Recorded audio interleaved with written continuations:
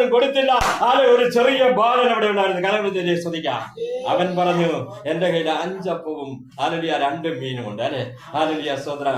5 അപ്പവും 2 മീനും ഉണ്ട്, ഞാൻ വേണേ തരാം. ഹല്ലേലൂയ സ്തോത്രം. ബാലന്റെ മനസ്സ് നോക്കണം കേട്ടോ. ഹല്ലേലൂയ സ്തോത്രം. ദൈവത്തിനെ മറ്റുള്ളവരുടെ കയ്യിൽ ഉണ്ടോ ഇല്ലയെന്ന് അറിയത്തില്ല, പക്ഷെ അവരാരും കൊടുത്തില്ല കേട്ടോ.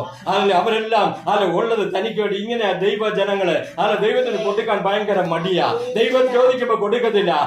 ബാലന് അതുകൊണ്ട് ദൈവം പറഞ്ഞത്, നിങ്ങൾ കുഞ്ഞുങ്ങളെ പോലെ മാറണം, എന്നാലേ സ്വർഗരാജ്യത്തിൽ കടക്കാൻ പറ്റൂ. കുഞ്ഞുങ്ങളെ ഹൃദയം എന്ന് പറയുന്നത് നിഷ്കളങ്ക ഹൃദയമാ. അവർക്കൊന്നും അറിയത്തില്ല, കപടം അറിയത്തില്ല, അവർക്ക് പറ്റിപ്പ് അറിയത്തില്ല. സത്യം പോലെ പറയും, ഉള്ളത് പോലെ പറയും. ഈ ബാലൻ പറഞ്ഞു, എന്റെ കയ്യിൽ 5 അപ്പവും 2 മീനുമുണ്ട്. ആ റിപ്പോർട്ടുമായിട്ട് ആൻഡ്രൂസ് യേശുവിന്റെ അടുത്ത് കടന്നു വന്നു. യേശു പറഞ്ഞു, മതി, അത് മതി, യേശുവിന് അത് മതി. എല്ലാരും ഇരിക്കാൻ പറഞ്ഞു. ഇന്ന് പകൽ സമയം നിന്റെ കയ്യിൽ എന്തുണ്ടോ ദൈവത്തിന് അത് മതി. അതുകൊണ്ട് പ്രവർത്തിക്കുന്ന ഒരു ദൈവമാണ് നിന്റെ ദൈവം. അത് ഇല്ലെങ്കിലും ദൈവം പ്രവർത്തിക്കും, അത് ഉണ്ടെങ്കിലും ദൈവം പ്രവർത്തിക്കും. ദൈവം ചോദിക്കുന്നു, നിന്റെ കയ്യിൽ എന്താ ഉള്ളത്? കരങ്ങൾ ശ്രദ്ധിക്കാം. അപ്പം കിട്ടിയപ്പോ തന്നെ യേശു പറഞ്ഞു, എല്ലാവരും പന്തിയിരുത്താൻ പറഞ്ഞു. 50 പേര് 100 പേര് അവിടെ ശരിക്കും പുല്ലുണ്ടെന്നാ പറയുന്നത്. പുൽപ്പുറത്ത് ഇങ്ങനെ ആൾക്കാരങ്ങോട്ട് 50 പേര് 100 പേര് ഇങ്ങനെ ഇരുന്ന്. അതുകൊണ്ടാണ് എണ്ണാൻ പറ്റിയത്. 5000 പുരുഷന്മാരുണ്ടെന്ന്. ഇല്ലെങ്കിൽ അവിടെ കൗണ്ടിങ് നടക്കത്തില്ല. സ്തോത്രം. ഇങ്ങനെ ഇവരെല്ലാം ഇരുത്തിയിട്ട് സ്തോത്രം. യേശു അപ്പം എടുത്ത് സ്വർഗത്തിലേക്ക് നോക്കി അതിനെ വാഴ്ത്തി നുറുക്കി ശിഷ്യന്മാരുടെ കയ്യിലേക്ക് കൊടുത്തു. സ്തോത്രം. ദൈവം പറഞ്ഞത് എന്താ? നിങ്ങൾ വേണം കൊടുക്കാൻ. ഹല്ലേലൂയ സ്തോത്രം. നീ തന്നെ കൊടുക്കണം. ഹല്ലേലൂയ.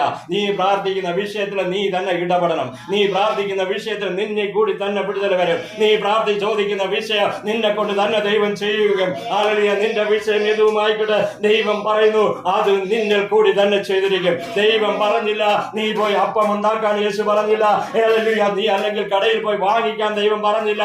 നീ കേട്ടത് തെറ്റിപ്പോയി. ദൈവത്തിന്റെ ആത്മാവിന് നിന്നോട് പറയുന്നു, ദൈവം പറയുന്നു, നിന്നെ കൊണ്ട് ഇത് പറ്റത്തില്ലെന്ന് പറഞ്ഞ അതേ സ്ഥലത്ത് ഇത് ഒരിക്കലും സാധ്യമില്ല എന്ന് പറയുന്ന നിന്നെ കൊണ്ട് തന്നെ ദൈവം ഇത് ചെയ്യും.